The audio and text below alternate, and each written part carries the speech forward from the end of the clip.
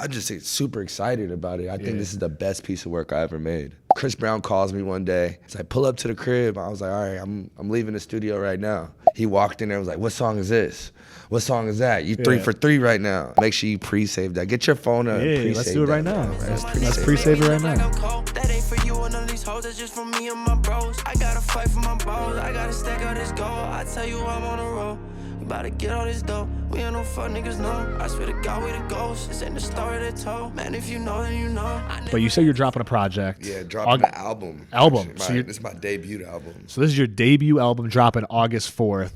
One, where did the inspiration come from? And like, what is the vibe that you would say the album is? The inspiration came from all the blood, sweat, and tears I put into my music, and just the growing of being mature and the maturity of me, you know? Right. And I just wanted to, I scrapped this album 3-4 times, and I worked on it for 4 years almost. Right. So I really wanted to show people where I'm gonna be the next 20, 30, 40 years from now. And my inspirations came from Jim Morrison, Janis Joplin, older music. Damn. Lil Wayne, just so many different music and genres that I mixed into this, and I just get super excited about it. I think this is the best piece of work I ever made. I love to hear that. Are there any notable features or anybody on the project you worked with that you're damn, they were great to work with? Or everybody, to be honest. We got Chris Brown on there. We got Dej Loaf. We got Tusi. We got Ty Dolla $ign. Sounds I don't hot. want to ruin it too much for you guys, but every single song was made genuine, super genuine. I was Chris Brown calls me one day, and I just pulled. He's like, "Yo, what you doing?" I'm at the crib. He had K Tronada and Rockstar there. Yeah. So I pull up to the crib. I was like, all right, I'm leaving the studio right now. Yeah. Ended up going over there, and he was recording. You know, he records music so quick, and it's just legendary watching him make music. It's Chris Brown. When you go into a studio session with Chris Brown, Tusi, insert whatever artist, are you going in there with hey, I got this project, I got this song already ready for you? Or you're we're sitting down, we're going to make this song from start to finish? Honestly, I don't even force no music at all. I'm genuinely there just to vibe out and see, feel the energy and see what's going on, you know? And how the Chris Brown record happened, I was just yo, he stopped recording. I ended up playing music on my phone. My album, obviously, it was done. And then he walked in there and was like, what song is this? What song is that? You 3 for 3 right now. And then I played the song, it's called City of Dreams. And he was like, bro, why didn't you send me this record? Right. And I already had it on my phone, the session already ready, because I knew he was going to like it. Yeah. So I pulled up the session, and he recorded it right then and there, you know? Yeah. Do you ever make songs and you're like, bro, I need to get this person on this song? Oh, always. Always. I always think of a person before I make a song too. So it's all right, I can see this person on this song. I love that. Hey man, let me turn this shit down real quick. Y'all need to go stream Heart Full of Rage 2. Tyla Yaweh did his thing. So obviously the album is coming out.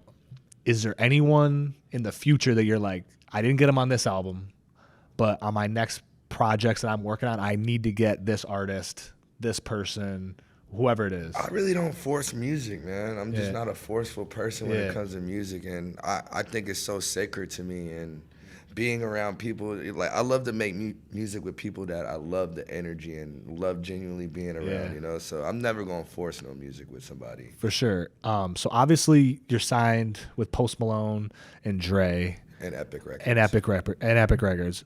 How did that relationship form? How did that even come about?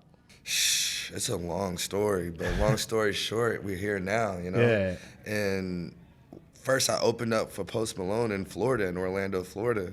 That's where I met Dre and him, and that was actually the owners of Rolling Loud, Tarek and Matt. They did that show. Yeah. And then I ended up moving to LA and then running into him again, and I guess it was all fate. Right, yeah. And shout out to my manager, Tess. He's a big reason, because I was actually performing in Oakland Rolling Loud. It's the first one. It was only a few people in the crowd. And I was just turning it up, super turned up, it was 1 million people in the crowd. And he seen that energy, and he hit me up right away and was like, yo, we need to get you on the board. And ever since that, we've been going. I love that. When you're performing, just because you said the energy, right? Mm-hmm.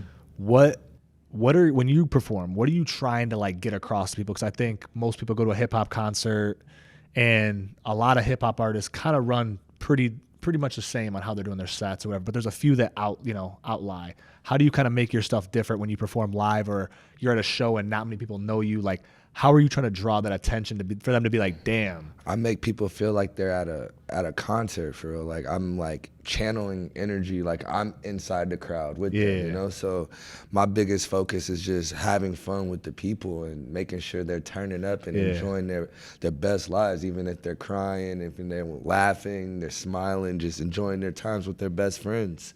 That's my whole thing. Are you, when you're performing, are you like really reading the crowd? You're like, all right, they're really fucking with this, this type of music right now. Honestly, it's an outer body experience for me. Like I feel like I don't even know I'm on the stage. I'm outside in the crowd with them. Like I said, my energy is just with all of them. It's one. Pardon the interruption. Actually, it's not pardon the interruption, because this is our show, so we're gonna give you our top 3 songs off the Heart Full of Rage 2 album right now.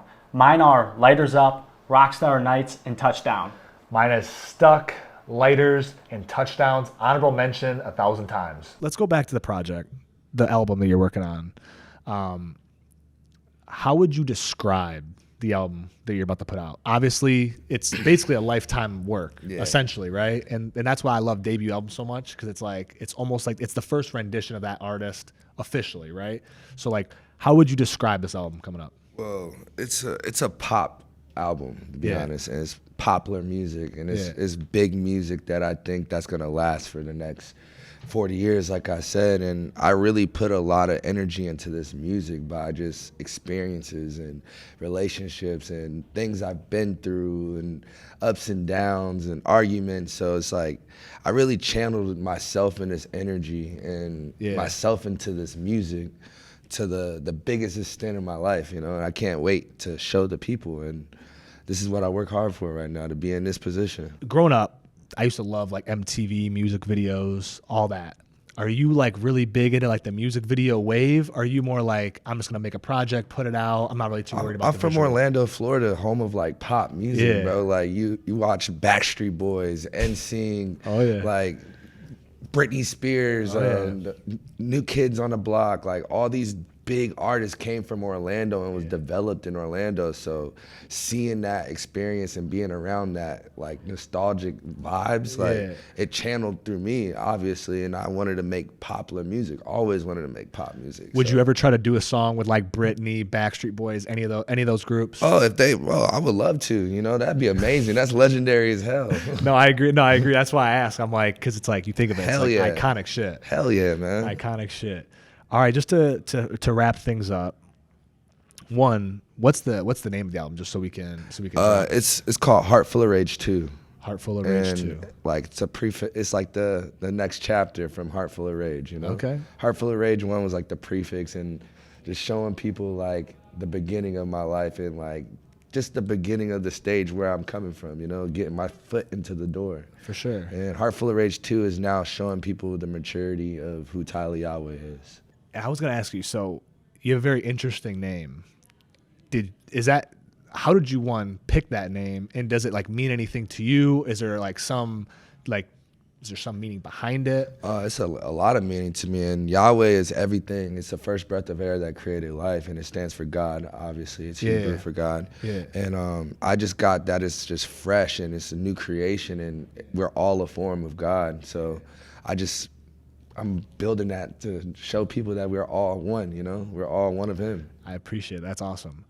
And to finally close it out, what's the perfect environment to listen to your album on? Like headphones in, chilling on the couch, smoking? Man, there's so many different vibes. There's like concert vibes on there. There's PCH driving down the like the ocean vibes. There's you can probably cry off this album, if you want to just put your AirPods in and just cry. There's plain music on there. It's just music for the world, I feel, And I'm here. I'm excited. I'm like ADD about getting it out there, I'm fired up. August 4th, man. August 4th is coming out. Make sure you pre-save that. Get your phone and pre-save that. Let's do it right now. Let's pre-save it right now. What are we talking about? Nah, I can't. I wish I could. I want to show you something off of it. Yeah, I mean, we could. Hey, I'm about to. It's already downloaded. It's already pre-downloaded right now. Come on, there you go. We already pre-downloaded. There you go. We in there. We in there. All right. So couple. You know, we're at Vayner 137. We have a couple questions we ask everyone, which is, what are you curious about that others wouldn't expect? Obviously, you make music, you do a lot of things. What is something that your closest people would be like, damn, I didn't know that about you? Like that you're curious into. It could be like, yo, I like to fucking knit. I like to, you know, go swimming. Like what is your thing like outside of music that you're curious about? I love meeting new people. It was like meeting new people and hanging out with new people and traveling. Yeah. That's like my niche, like just being in new places and new cultures and figuring things out that I never knew, you know? So we were just in India for like a month, me and my girl right here. We was just in India for a month, just enjoying different cultures. We went to a wedding, like a traditional wedding, and that was like something new. That's those Indian weddings go for days. For days. And they get lit and they turn up in the streets all day and dance. They go crazy. They just dance forever, you know? So just learning new cultures is something that I'm very into. What's your favorite place you've been to so far? I've been to a lot of places. I'm gonna say Hungary, Budapest. It's a random place. Yeah, I was gonna say that's random place, but it's just so beautiful and dope, and it's just like the culture is amazing, and the buildings is just old, and I don't know, it was dope. It was definitely different. I like that. And last one, are you a smoker? Oh yeah, I smoke mad weed. Okay, cool. So we're doing this little segment where we do like smoking and. So you fill in the blank of like what goes good with smoking. Could be like smoke and chill, smoke and eat, like smoke and it could be smoke and make music. It could be anything. So like what's your smoking? All right. Smoke and make money. Hey. I like that. How you making money when you're smoking? Oh man, we always making money while we smoking. We doing something. Hey, I love that, bro. I appreciate you taking time out for the day, bro. Thank you, man. What do you guys get up to today? I gotta go to a fashion show. I gotta do playback for a bunch of people. And I ain't never gonna slip. On my mama house. Won't see my brothers get rich. Wanna tell you I'm in it. Watch me get my racks. And we ball so hard they think my niggas selling crack. We was pushing packs for 2600 a pound. We was down, probably had some product in your